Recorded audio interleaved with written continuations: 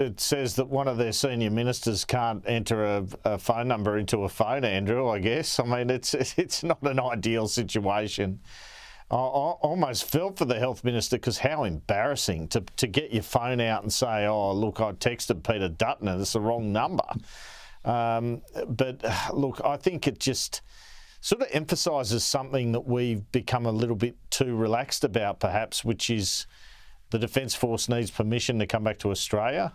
I mean, this is just absurd, some of this stuff, isn't it? And it is actually worrying. I know there are certain things we have to do to protect ourselves from people being killed by the virus, but we have to maintain a balance as well.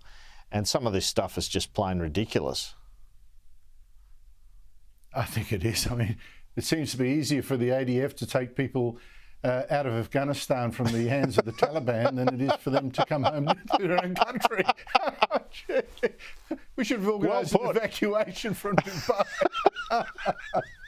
Honestly, the Prime Minister, in the meantime, I mean, this was an example of them trying to scapegoat the Morrison government, but the Prime Minister seems to be a real scapegoat at the moment. I said last night, I thought he was unfairly smashed for rushing extra vaccines to Sydney. Victoria said, oh, that's our share.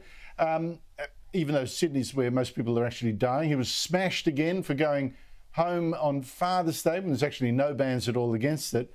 I saw him in his interview yesterday with Kieran Gilbert here. He looked like a man who was cooked, badly short of sleep, completely buggered.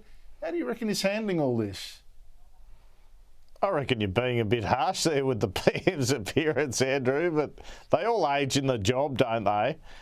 I think he's pretty resilient, Scott Morrison. I do think he's sensitive, though, and he takes a lot of that stuff personally. So, but politics, you know, you dish it out, you've got to be prepared to take it. He didn't like what Bill Shorten had to say about that. He doesn't like it when matters involve his family and they become controversial, whether it be the Hawaii trip or this. But you put the crown on your head, you've got to wear the criticism, I guess, Andrew, and he knows the job and he knows why he's doing it.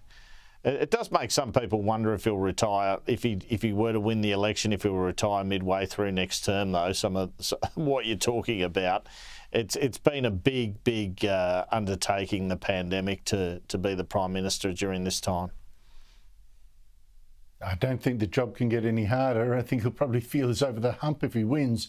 It'll be salad days after that. I must say, though, that it was interesting that Bill Shorten attacked him and Anthony Albanese didn't. Look out for tension between those two men there.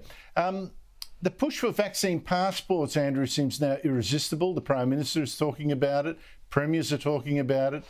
When are we likely to see something in our hand, and how often do you think, in what sort of circumstances, are we going to have to use it?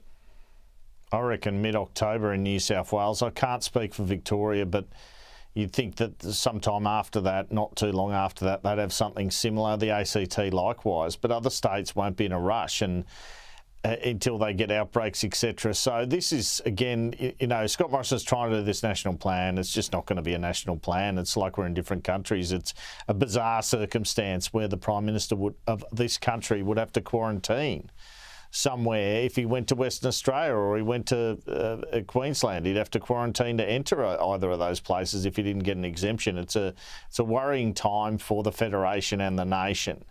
But I think that, you know, there's an inevitability. Gladys Berejiklian's been keen all along to say this is the way we're headed. You'll have to show a vaccination passport to go to a restaurant, to go to the pub, to go to a sporting event. You know, it started a while back when the people from the local government areas are concerned, where there were the most cases, had to show proof of vaccination to get on a construction site. That was really the start of it. Now, Scott Morrison doesn't want to call it a vaccine passport, but he's talking about international travel and domestic travel dependent on it. There's no other way to look at it. I think one of the questions that remain out of this is what happens with the 12 to 15-year-olds. Are we so strict on them? Are we insisting that they show proof of vaccination? That's a question ahead.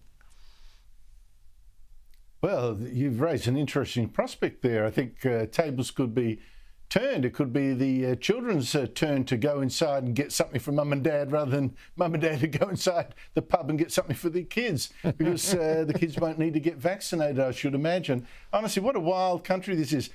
Meanwhile, You had a story today. Christina Keneally, former New South Wales Premier, Deputy Leader of Labor in the Senate, nails on a blackboard person. I don't know how she could possibly win a vote for Labor. She's so aggressive. But anyway, she's now moving down to the lower house, or would hope to. What's happening here? What's your scoop?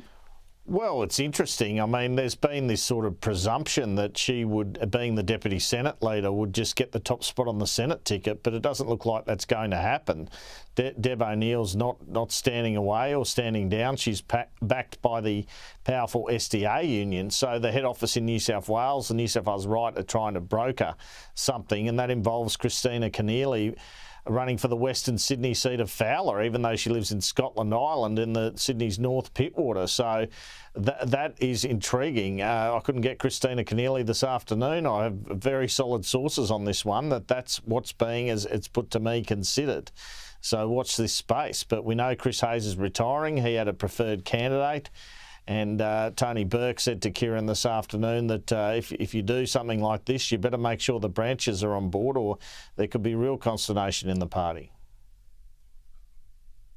Andrew Clennell, I think she's got enough enemies in the Labor Party to make that transition not maybe as smooth as she would like, but we shall see. Thank you so much for your time.